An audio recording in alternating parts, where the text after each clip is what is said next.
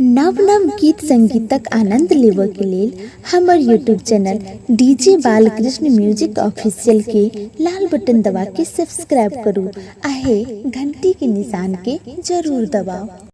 राजा हिमांचल के गृह में माता गौरा से विवाह रचावा गलखिन त मैना रानी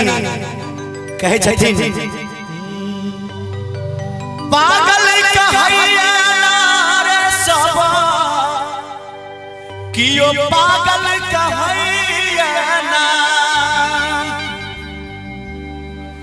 पागल कहैया रे सब कियो हर पागल कहैया ना यो मैना यो मैना यो महीना चलली शिव पर छैला कि लोगबा पागल कहैया कि मैना चलली शिव पर छैला कि लोगबा पागल कहैया पागल कहैया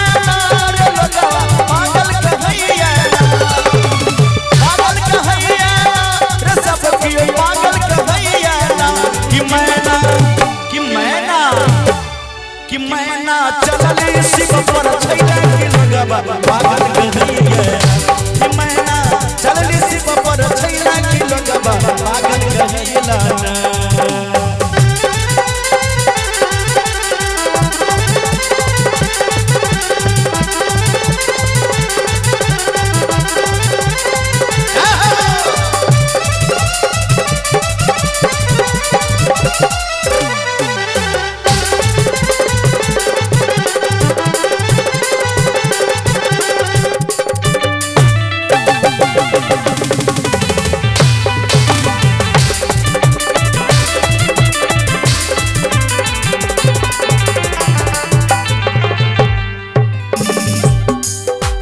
सरियो ने अनलन साजो ने अनलन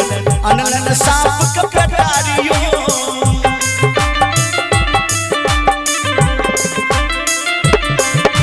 सरियो ने अनलन गहनो ने अनलन अनलन सांप कपटारियो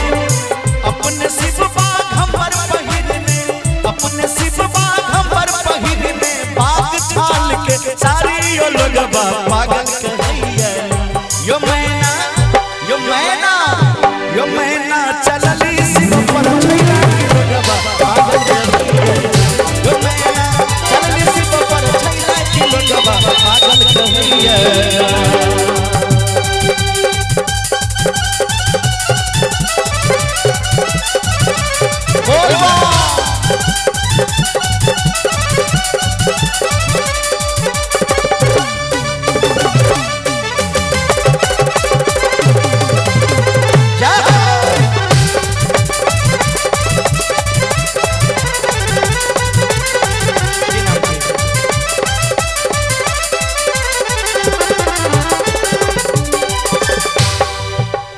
गाड़ियों ने अनलन घोड़ों ने अनलन अनलन बसहा सवारियों